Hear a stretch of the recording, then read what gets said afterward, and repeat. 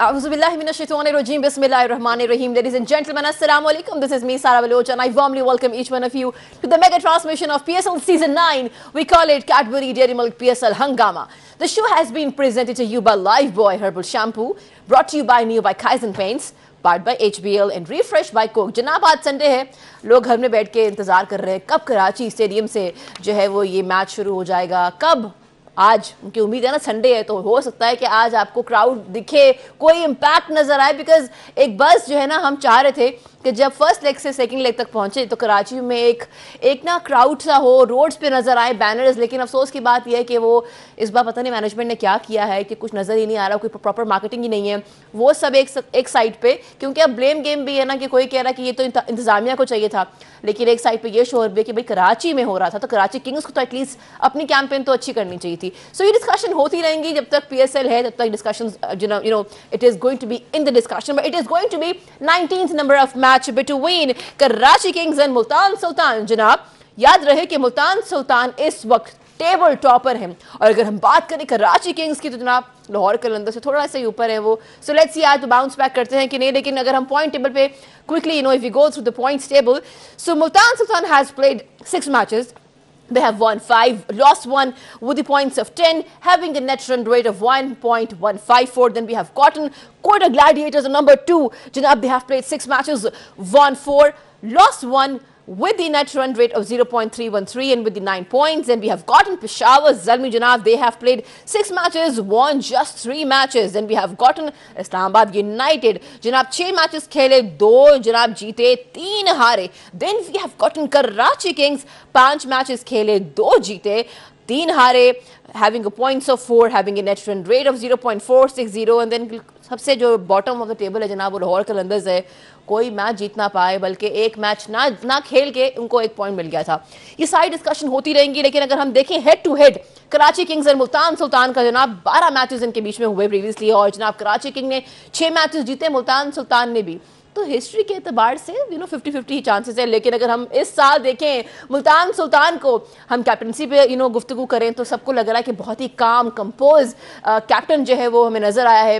मोहम्मद रिजवान, गुफ्तगू शुरू हो चुकी है, T20 वर्ल्ड कप आने वाला है, तो क्या Mohammad Rizwan is going to be the captain, ये सारी चीजें इफ्स एंड बट्स पे हैं, जब तक PSL खत्म नहीं होता ये गुफ्तगू चलती रहेगी। With me here I have been joined by 2 amazing cricket mindsets. जी हाँ, एक तरफ I have been joined by the former captain of Pakistani team, हम बात कर रहे हैं सलीम मलिक साहब की। अस्सलाम वालेकुम सर, गुड इवनिंग। अस्सलाम वालेकुम सारा, कैसी हैं आप? अल्हम्दुलिल्लाह जनाब, आई एम वेल, और मस्टर्ड यू पहन के आए हैं हमारे फॉर्मर पेसर, जी हाँ, टेस्ट क्रिकेट का बहुत बड़ा नाम, अब्दुल रऊफ साहब। अस्सलाम वालेकुम जी, हाउ आर यू? जी वालेकुम सलाम। क्या बात है, हमारे कलर जो है ना वो बड़ा मजा आता है इस सेट पे, जो ह्यूज हैं, एक तरफ मेरा पर्पल कलर, मोव कलर, आपका येलो मस्टर्ड। सो जेंटलमैन, आज संडे है, कितनी एक्साइटमेंट है, कराची और मुल्तान का मैच है। सर आपको लगता है कि आज कराची बाउंस बैक कर सकता है अपने ही होम ग्राउंड में? कर सकता है, क्रिकेट है, कुछ भी हो सकता है, मगर अगर आप टीमों को देखें तो मुश्किल नज़र आता है। उसकी रीज़न ये है कि देखें, एक ही उनका प्लेयर था, वो भी शादी पे चला गया है इंडिया, पोलार्ड जो इम्पैक्ट डाल सकता था। बाकी अगर उनकी मुल्तान की टीम को देखें तो वो कंप्लीट, जैसे हम कहते हैं कि एक पैकेज है, और एक उन्होंने और जॉर्डन को ज्वाइन किया है, शायद आज मेरे ख्याल वो भी खेलेगा। तो अगर आप टीम को देखें तो कराची बहुत वीक नज़र आती है टीम, मगर चूँकि क्रिकेट है, क्रिकेट में ऑन अ डे कोई भी प्लेयर अच्छा खेल सकता है, तो वो टीम जीत सकती है। मगर अगर आप टीमों को देखें तो मेरे ख्याल मुल्तान सुल्तान बहुत बेहतर टीम उनसे नज़र आती है। इसमें एक चीज़ मैं ज़रूर ऐड करूँगा कि इसमें ना मुल्तान सुल्तान चूँकि टॉप कर रही है, तो इसको ये मेरा अपना ज़ाती ख्याल है, अगर कोई भी अच्छा कैप्टन होगा तो वो अपने जो बेंच स्ट्रेंथ है उसको ना वो ज़रूर चांस देगा, क्योंकि ऑलरेडी क्वालिफाई कर गए हैं। बाकी प्लेयर्स जो बाहर बैठे हैं उनको भी मौका मिलना चाहिए, और मेरा रिजवान में एबिलिटी है कि वो उसको चांस लेना चाहिए। मे भी हो सकता है कि वो ना भी ले, उसकी रीज़न ये है कि ये कोशिश करेगा कि मैं टॉप पे रहूं ताकि मुझे 2 मैचेस मिले, तो ये एक है इशू जिस पे वो शायद ना चांस ले। मगर इवन देन उसकी टीम मुल्तान की बहुत स्ट्रॉन्ग टीम है, अगर वो एक आध नया लड़का खिलाता भी है तो मेरा नहीं ख्याल कि उनकी टीम को कोई फ़र्क पड़ेगा। तो इसलिए on a paper Multan Sultan बहुत स्ट्रॉन्ग टीम है। अच्छा, जहाँ ये बात हो रही है वहाँ पे ही जस्ट मेंशन अबाउट पोलार्ड, हम लोग के लास्ट मैचेस में देखें तो पोलार्ड बड़ा इंपैक्ट लेके आ रहे थे, स्ट्राइक रेट भी उनका अच्छा था, लेकिन ऑफ कोर्स उनकी कमिटमेंट थी, आई एम श्योर पहले की कमिटमेंट होगी, अंबानी की बेटे की शादी है, साहबजादे की शादी है, एवरीबडी इज देयर। अगर हम भारत के क्रिकेटर्स की बात करें, उनके स्टार्स की बात करें, पोलार्ड की कमी बाकी थी, वो भी चले गए हैं। तो वैसे ये उनका ना होना और किसी और की इंक्लूजन होना, वो कोई और भी अगर होगा सर तो वो कौन होगा? प्लेइंग 11 अभी तक आई नहीं हमारे पास, लेकिन व्हाट डू यू थिंक कौन इंपैक्ट लेके आ सकता है इफ नॉट पोलार्ड? देखिए, मेरा ख्याल है कि जब इस तरह की चीज़ होती है, जो मैनेजमेंट होती है किसी भी फ्रेंचाइज की, तो उन्होंने पहले ही तय किया होता है कि उसकी रिप्लेसमेंट पे हमारे पास कौन सा प्लेयर होगा। तो मेरा नहीं ख्याल, क्योंकि पोलार्ड जिस एज में और जिस तरह खेल रहे हैं वो काफ़ी अरसे से, उनको वर्कलोड मैनेजमेंट के तहत भी उनका रेस्ट थोड़ा बनता है। तो अगर वो एक आध मैच में उन्होंने रेस्ट किया, जिस तरह आपने देखा कि पास्ट मैचेस में विंस ने रेस्ट किया था और बाकी जो प्लेयर्स हैं, हेल्स ने इस्लामाबाद से रेस्ट किया, उसके बाद जो सलीम भाई ने अभी बात की है, तो मेरा ख्याल है कि सबसे अच्छी चीज़ वो रिजवान की है कि रिजवान ने अपने सिर्फ एक हैंड्रिक्स को खिलाया था अपनी टीम में, और बाकी जितने भी यंगस्टर थे उन सबको खिलाकर उसने लाहौर से मैच जीत लिया। तो इसीलिए इस तरह ये जो बात आप कह रहे हैं कि पोलार्ड की, तो मेरा ख्याल है कि कराची को भी अगर पोलार्ड को रेस्ट कराती है या एक मैच में वो शादी पे चले जाते हैं, तो इससे इतना ज़्यादा कोई डिफरेंस क्रिएट नहीं होगा, क्योंकि और प्लेयर्स हैं। अभी डुप्लाए लास्ट मैच नहीं खेला, वो बहुत अच्छी फॉर्म में है। उसके बाद विंस ने जिस तरह लास्ट बैटिंग की, वो अच्छी फॉर्म है। मगर ओवरऑल अगर देखा जाए तो जो इनका कम्बिनेशन है बेसिकली टीम का, वो नहीं बन रहा। जब तक इनका आपस में कम्बिनेशन नहीं बनेगा, उस वक्त तक इनका जीतना बड़ा मुश्किल होगा। मुल्तान का डिफरेंस ये है कि मुल्तान का कम्बिनेशन बहुत अच्छा बना हुआ है, उसकी टीम एक रिदम में या विनिंग कम्बिनेशन उनका बना, उनको बहुत अच्छे तरीके से रिजवान ने साथ जेल किया हुआ है, और उसको एग्जैक्टली पता है कि कौन से बच्चे को किस जगह पे खिलाना और परफॉर्मेंस लेनी है। जिस तरह उस्मान खान को आपने देखा है, उन्होंने खिलाया, उसने 88 रन की इनिंग खेली, आउटस्टैंडिंग इनिंग थी। फैसल अकरम को उसने चांस दिया, और फैसल अकरम आज पाकिस्तान का हर बंदा बात कर रहा है कि इसको डेवलप करना चाहिए। तो मेरा ख्याल है कि जो रिजवान है उसमें ये एक इतना उसको क्रेडिट तो जाता है कि उससे बड़े अच्छे तरीके से जो अपनी टीम है उसको जेल भी किया, और जो लीड फ्रॉम द फ्रंट जिसको कह सकते हैं कर रहा है, और टीम को उसने अच्छे तरीके से जेल किया हुआ। जहां बात हो रही रिजवान की कि किस तरीके से कॉम्बिनेशंस को वो देख रहे हैं, मैचअप्स को वो देख रहे हैं, वहीं पे हम कराची किंग्स और लाहौर कलंदर्स में ये बड़ा प्रोमिनेंट एक मसला है कि जनाब कॉम्बिनेशंस नहीं बने। Will have a detail discussion on Shan Masood, क्योंकि देखिए अभी रिसेंटली जो हमने उनकी इनिंग्स देखी है, he is unable to bring any impact. So keep watching PSL Hungama, because बहुत सारे सवाल हैं और हमारे पैनलिस्ट हमारे साथ होंगे and they will have a detail discussion on it. Keep watching PSL हंगामा।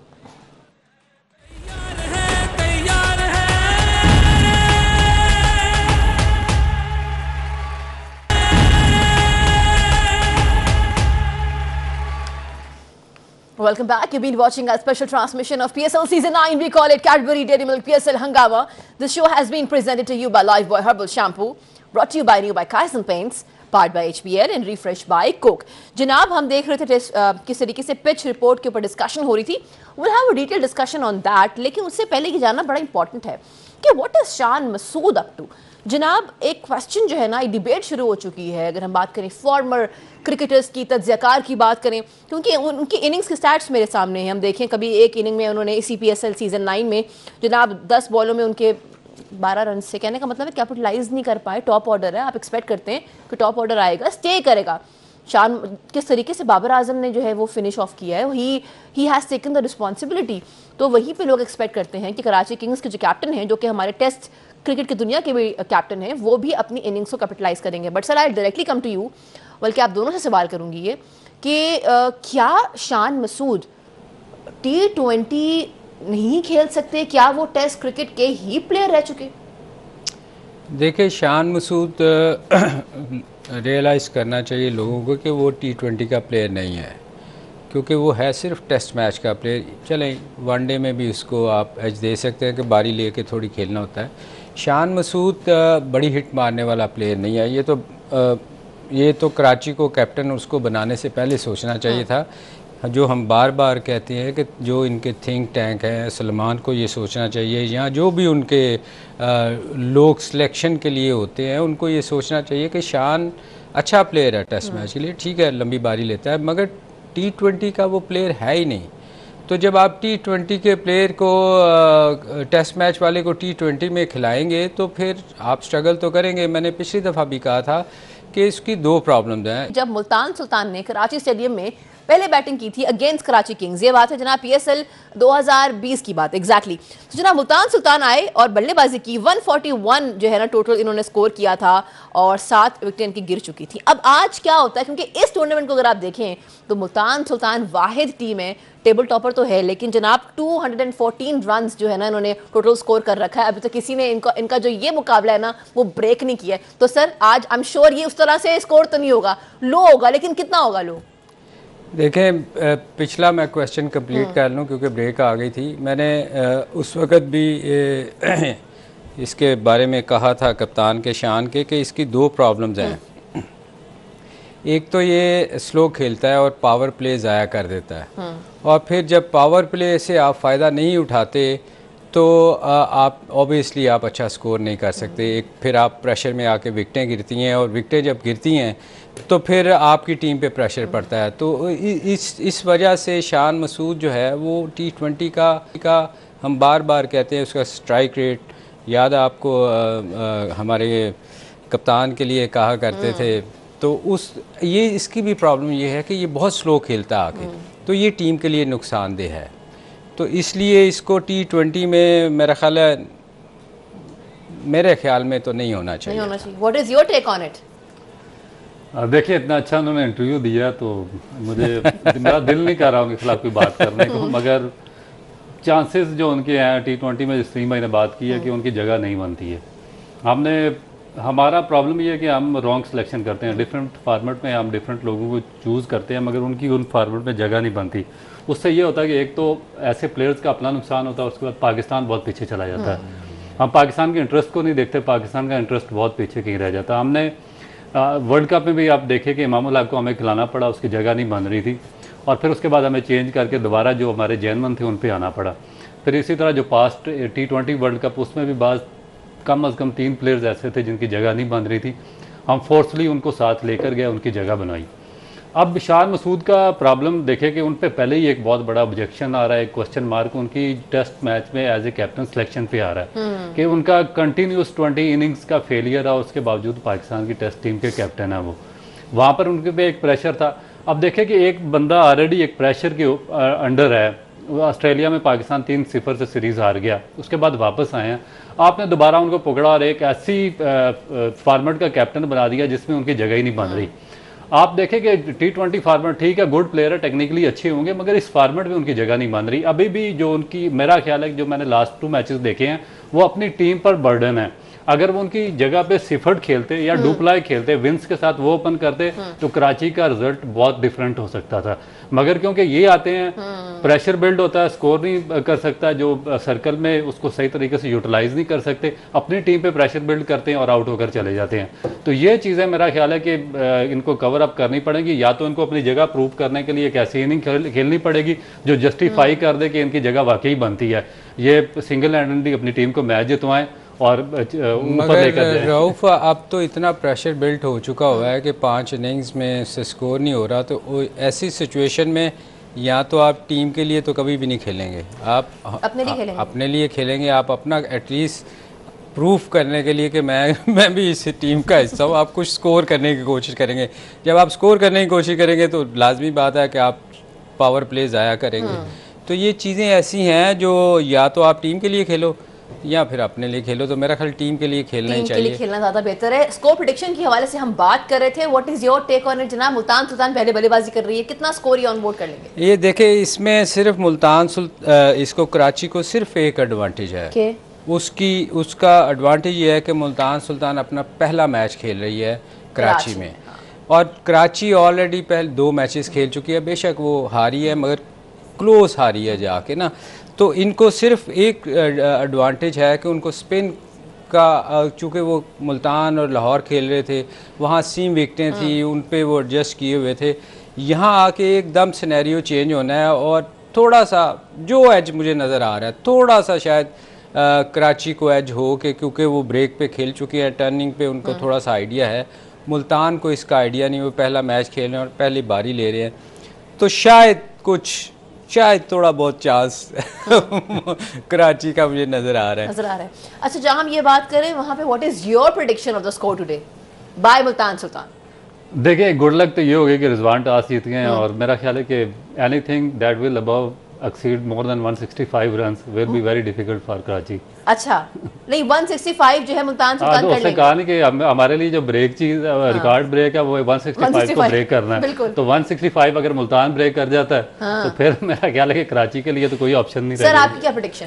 देखें, ये एक कैप्टन खुद अपने मुंह से ही कह रहा है कि मैं इससे ज़्यादा नहीं करूंगा तो शायद मैं जीतूंगा, तो उसका आप अंदाज़ा कर लेना कि वो ऑलरेडी प्रेशर में है। तो मुल्तान सुल्तान अगर वाकई 670 के करीब कर जाती है तो वो 65 से ऊपर तो जा ही नहीं जा रही। ही नहीं सकता। तो आपको लगता है कि मुल्तान सुल्तान 165 ही करने वाली है? प्रेडिक्शन ये है? नहीं, क्योंकि मैं नहीं करने- खरीदूंगा, हम आएंगे 11 बजे डिस्कस करेंगे किसकी प्रेडिक्शन सही है। देखिए मुल्तान सुल्तान की एबिलिटी और उनकी अगर बैटिंग ऑर्डर देखें तो कराची से बहुत स्ट्रांग है। बिल्कुल। इनका एक प्लेयर था पोलार्ड, वो चला गया, जो नीचे से आके अच्छी हिटिंग करता था। तो बाकी अगर आप कंपेयर करें तो आपको सीधा सीधा नज़र आता है उनके 2-3 प्लेयर हैं। शुएब वो वैसे नहीं बड़ी हिट नहीं मारते, कप्तान खुद नहीं हिट मारता। और अगर आप मुल्तान सुल्तान की तरफ चले जाएं तो हर प्लेयर आपको नज़र आता है, इवन नीचे से इफ्तिखार आके बहुत अच्छी इनिंग्स खेल जाता है। तो उनकी टीम को अगर कंपेयर करें तो मुल्तान बहुत स्ट्रॉन्ग टीम नज़र आती है, और अगर थोड़ा सा उनको पार्टनरशिप मिल गई तो ये 170 की क्या वो 200 भी कर जाएंगे। 200 और आप क्या कह रहे हैं? 165 200 कर सकते हैं, मैं अदरवाइज ये नहीं कह रहा। अदरवाइज 170 तो मेरा ख्याल है वो क्रॉस करेंगे। 170 180 तक आप कह 180 ठीक है जी। 170 प्लस कहा है सलीम साहब ने, 180 रहू साहब ने कहा है। अब ये ऑन रिकॉर्ड मैंने लिख लिया है, देखते हैं कि किसकी प्रेडिक्शन सही होती ये है। 200 भी कर सकते हैं ऐसी अच्छा, अब टीम है। बात 170 से लेके 200 तक पहुंच गई है। वैसे सर वाकई अब तक ये हुआ नहीं है कराची में। आप देखते हैं कि नहीं, आप देखें ना, शान मसूद ने कहा कि हम पिछले मैचेस में 15 रन शॉर्ट रहे, अगर हम 15 रन करते तो हम मैच जीत सकते थे। तो 165 में अगर आप 15 रन ऐड करें तो एग्जैक्टली कितना बनता? 180 बनता है। हाँ, और अगर आप उन्हीं के ऐड कर लें शान मसूद के, अगर वो खेल लेते तो क्या ही बात होती, पर उनसे ना हो पाया। तो ये कर लेंगे, ये कर लेंगे। ये कर अच्छा, हमारे पास टाइम है अभी या हमें ब्रेक पे जाना है? आप लोग कुछ कह रहे थे। अच्छा, meanwhile I want to raise a question. अभी अगर हम बात करें क्रिकेट फ्रेटर्निटी की, एक क्वेश्चन रेज हो चुका है। Everybody is pointing out on Shoaib Malik कि क्या ये इनका लास्ट सीजन होगा। जिस तरह से आके बल्लेबाजी कर रहे हैं वो अपनी जिम्मेदारी नहीं निभा पा रहे। Sir, what is your take on it? इसमें कोई शक नहीं कि उनका आखिरी ही होना चाहिए, इसलिए कि उनकी एक तो एज फैक्टर है, और वो बेशक लोग कहें कि बहुत फिटनेस का ख्याल रखता है, मगर एक सर्टेन एज होती है, उसके बाद आपके रिफ्लेक्सेस स्लो हो जाते हैं। आप उसका रन आउट देख लें, हालांकि वो बड़ा फुर्तीला है, तेज़ है, मगर वो रन आउट में भी देखें, ये एक एज में ना जब रिफ्लेक्सेस आपके स्लो हो जाते हैं ना, तो आप जितनी मर्जी ट्रेनिंग कर लें, आपके वो बॉडी साथ नहीं देती। अब फ्रैक्शन ऑफ सेकंड में आपने डिसीजन लेना होता है, तो वो अब उसकी एज ऐसी हो चुकी है, मेरा ख्याल उसको खुद ही इस सीज़न के बाद अल्लाह हाफिज़ कह देना चाहिए। Gentleman, what is your take on it? देखिए, मैं तो फैक्ट्स एंड फिगर्स पे बात करूंगा कि आप जो इंटरनेशनल रूल्स हैं आपको भी उनको फॉलो करने चाहिए, जो स्टैंडर्ड्स हैं। आप देखें कि अगर आईपीएल में सचिन तेंदुलकर को उन्होंने एक वे दिया था थोड़ा सा एक्स्ट्रा बाकियों से खेलने का, तो उसकी कोई वजह थी। उनके कोई रिकॉर्ड्स ऐसे थे जिनको उन्होंने ब्रेक करना था और दुनिया के लिए एक स्टैंडर्ड सेट करना था। इसी तरह अगर जैक कैलिस को लिंगर ऑन किया तो उसके बड़े रिकॉर्ड्स थे जिसको उसने आइंदा आने वालों के लिए ये तो T20 है ना, टेस्ट मैच तो नहीं है। लेकिन T20 में तो देखे सलीम भाई बिल्कुल ही यंग लेग्स होनी चाहिए ना। नहीं, वो आपके तो बिल्कुल जो यंग लड़के होने वो बच्चे हैं, उनको इस फार्मूले में जो यंग ब्लड है उसको ट्राई करना चाहिए। जो ओल्ड है उनका तो T20 में बिल्कुल किसी जगह पे भी बनता ही नहीं है। I have to move towards a short commercial break. Break से वापस आते हैं and we'll have a detailed discussion on what he's actually talking about. Keep watching PSL Hangama.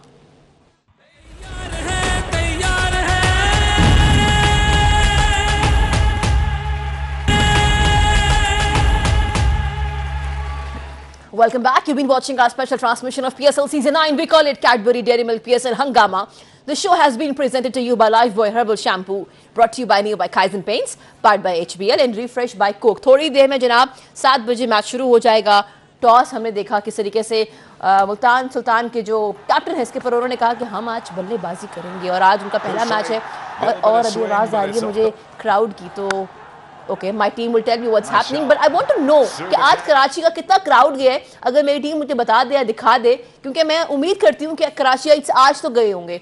लोग जाना चाहते हैं। ऑफ कोर्स अगर मैनेजमेंट अच्छी होगी ना तो लोग ज़रूर जाएंगे। एनीवेज, जहाँ हाँ अगर फुटेज हो तो दिखा दीजिएगा। अच्छा, हम डिस्कशन कर रहे थे ब्रेक पे जाने से पहले कि किस तरीके से भारत के जो लिविंग लेजेंड्स हैं वो खेलों का हिस्सा बनते हैं, वो खेलते हैं। तो sir, you were having a discussion कि शोएब मलिक को क्यों रेस्ट करना चाहिए, उनको अब क्यों नहीं खेलना चाहिए? देखिए, बेसिकली अगर आप किसी को खिलाते हैं, एक्स्ट्रा किसी को एज देते हैं, ज़्यादा खिलाते हैं, तो उसकी कोई वजह होनी चाहिए ना, बैकग्राउंड होना चाहिए। या तो आपने 10,000 रन करने हो या आपने कोई और हॉलमार्क सेट करना हो, तो फिर तो ठीक है, आप उसको एक्स्ट्रा चांसेस दे सकते हैं। मगर जब आपका कोई रिकॉर्ड ही नहीं है तो फिर आप जो पुराने आपके प्लेयर्स हैं, इसके अलावा मैंने आपको पिछले प्रोग्राम में भी बताया कि 3-4 प्लेयर ऐसे खेल रहे हैं जिन्होंने मेरे साथ डेब्यू किया था। तो जब आपका स्टैंडर्ड ये होगा, आप इतने पुराने लोगों को उठाकर अपनी पीएसएल में खिलाएंगे, तो आपके जो यंगस्टर्स होंगे, बच्चे होंगे, वो कब डेवलप होंगे, उनको कब चांसेस मिलेंगे?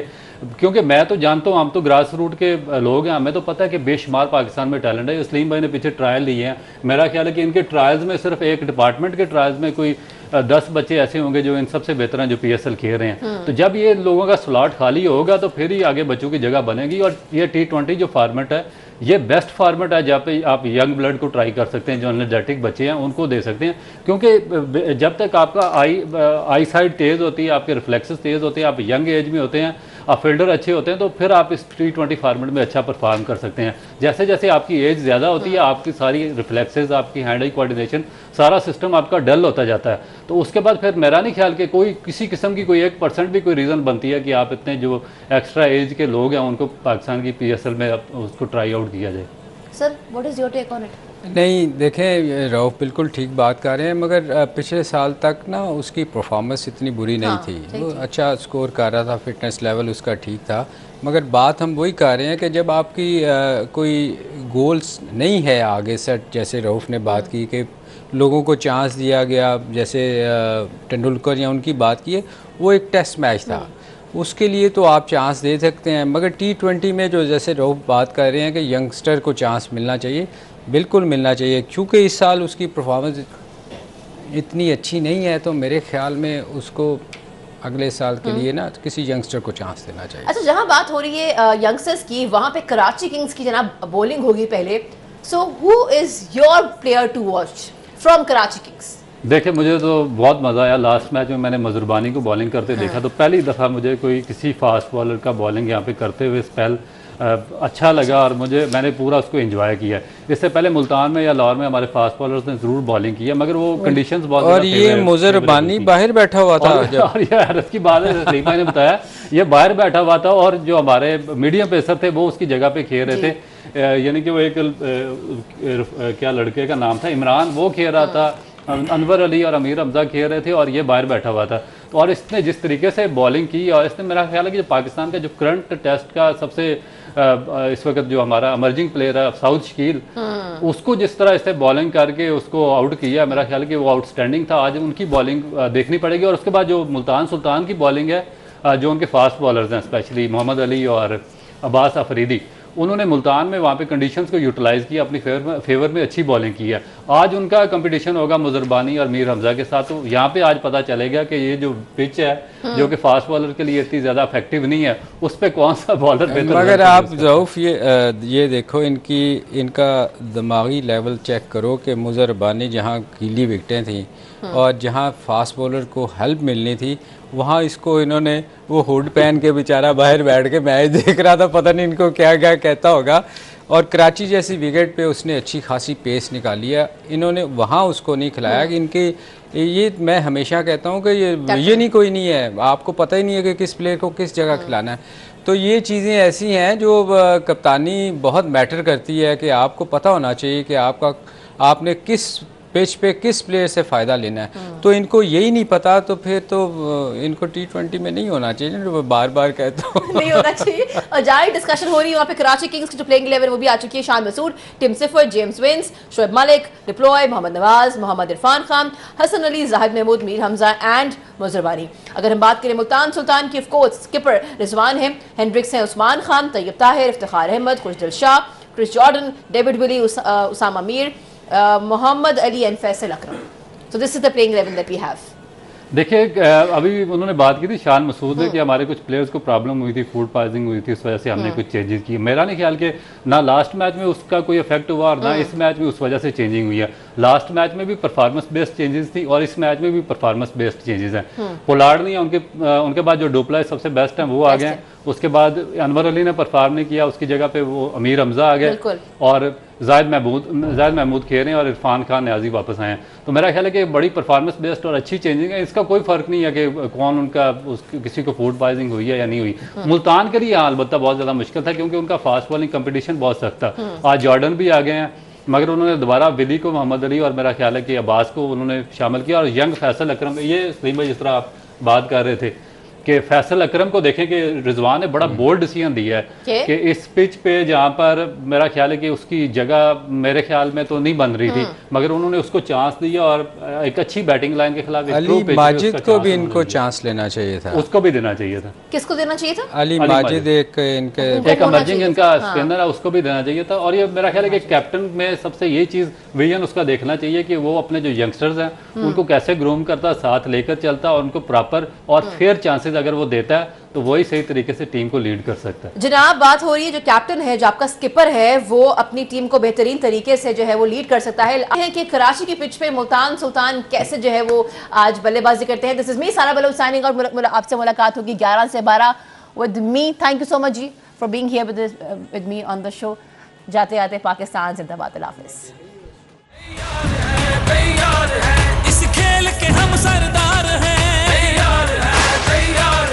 पुरजोश है।